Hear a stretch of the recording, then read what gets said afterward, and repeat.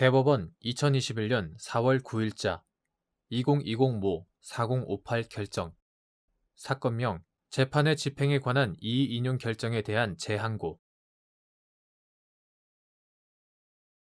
피고인의 차명재산이라는 이유만으로 제3자 명의로 등기되어 있는 부동산에 관하여 피고인에 대한 추징 판결을 곧바로 집행하는 것이 허용되는지 여부 소극 피고인의 차명재산이라는 이유만으로 제3자 명의로 등기되어 있는 부동산에 관하여 피고인에 대한 추징 판결을 곧바로 집행하는 것은 허용되지 아니한다. 그 이유는 다음과 같다. 형사소송법은 추징의 집행은 민사집행법의 집행에 관한 규정을 준용하거나 국세징수법에 따른 국세체납처분의 예에 따르도록 규정하고 있다.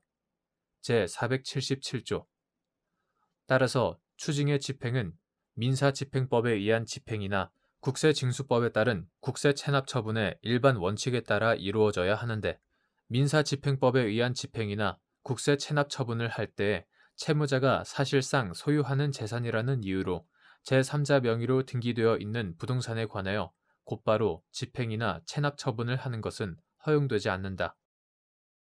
이와 같이 제3자 명의로 등기되어 있는 부동산에 대하여 추징의 집행을 허용하는 것은 강제 집행의 일반 원칙에 반하는 것이므로 이를 허용하기 위해서는 별도의 법적 근거가 있어야 한다. 2013년 7월 12일 법률 제11883호로 개정된 공무원 범죄에 관한 몰수특례법 이하 공무원 범죄 몰수법이라 한다. 제9조의 2는 제6조의 추징은 범인 외의 자가 그 정황을 알면서 취득한 불법 재산 및 그로부터 유래한 재산에 대하여 그 범인 외의 자를 상대로 집행할 수 있다 라고 규정함으로써 범인 외의 자를 상대로 추징을 집행할 수 있는 법적 근거를 마련하였는 바 이에 해당하지 않는 이상 제3자 명의로 등기되어 있는 부동산에 관하여 추징을 집행할 수는 없다고 보아야 한다. 한편 제3자 명의로 등기되어 있으나 실질적으로 피고인에게 귀속하는 부동산이 공무원 범죄 몰수법 제42조 등에 따라 추징 보전 명령의 대상이 될 수는 있다. 그러나 추징 보전 명령은 추징의 집행을 보전할 목적으로 형사정책적으로 도입된 제도로서 반드시 민사집행법상 보전 처분과 그 대상이나 요건이 동일하다고 볼 필요가 없는 데 반하여 추징의 집행은 재판 확정 후 국가의 형집행으로 민사집행법의 집행에 관한 규정을 준용하거나 국세징수법에 따른 국세체납처분의 예에 따라야 한다. 형사소송법 제477조 국세징수법에 따른 국세체납처분의 예에 따라야 한다는 점에서 추징의 집행을 추징보전명령과 동일시할 수 없다. 피고인이 범죄 행위를 통하여 취득한 불법 수익 등을 철저히 환수할 필요성이 크더라도 추징의 집행 역시 형의 집행이므로 법률에서 정한 절차에 따라야 하고 피고인이 제3자 명의로 부동산을 은닉하고 있다면 적법한 절차를 통하여 피고인 명의로 그 등기를 회복한 후 추징 판결을 집행하여야 한다.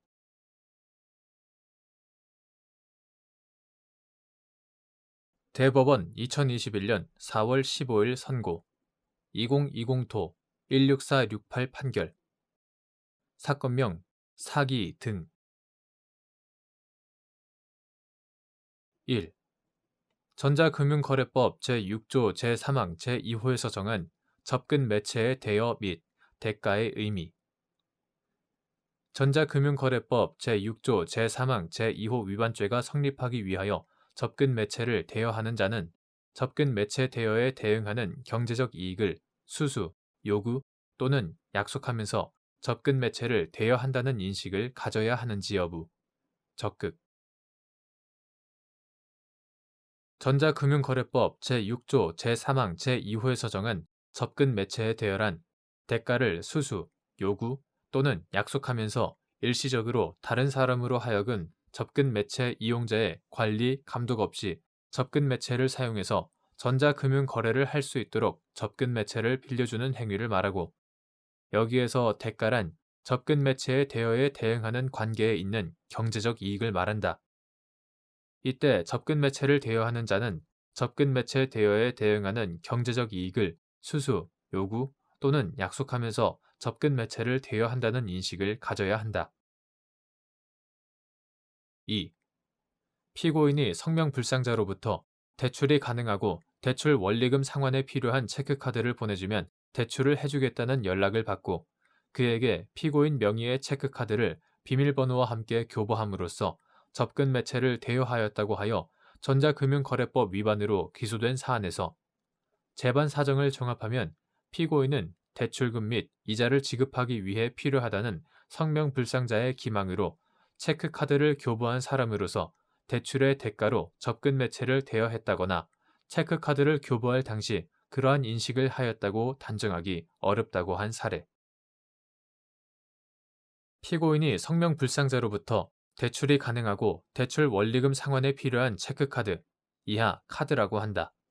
카드를 보내주면 대출을 해주겠다는 연락을 받고 그에게 피고인 명의의 카드를 비밀번호와 함께 교부함으로써 접근 매체를 대여하였다고 하여 전자금융거래법 위반으로 기소된 사안에서 피고인은 성명불상자가 보낸 월변 대출 관련 광고성 문자를 보고 그에게 카카오톡 문자로 대출을 문의하였고 성명불상자는 카카오톡 문자로 피고인에게 대출에 따른 월 이자, 원금 상환 방식 및 필요한 대출 서류 등을 알려주면서 원금 또는 이자의 상환은 피고인의 계좌와 카드를 이용하여 이루어지므로 원리금을 상환할 카드를 자신에게 맡겨야 한다고 안내한 점.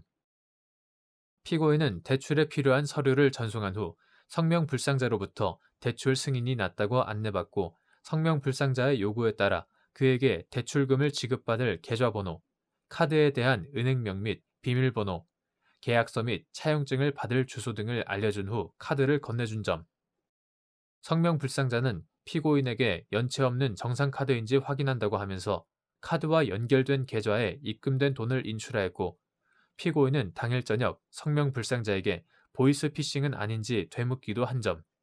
피고인은 이전에 보이스피싱 범행에 연루된 적이 없는 점 등의 사정을 종합하면 피고인은 대출금 및 이자를 지급하기 위해 필요하다는 성명불상자의 기망으로 카드를 교부한 사람으로서 대출의 대가로 접근 매체를 대여했다거나 카드를 교부할 당시 그러한 인식을 하였다고 단정하기 어렵다는 이유로 이와 달리 보아 공소 사실을 유죄로 판단한 원심 판결에 전자금융거래법상 대가를 약속하면서 접근 매체를 대여하는 행위 및 고의에 관한 법리 오해에 잘못이 있다고 한 사례.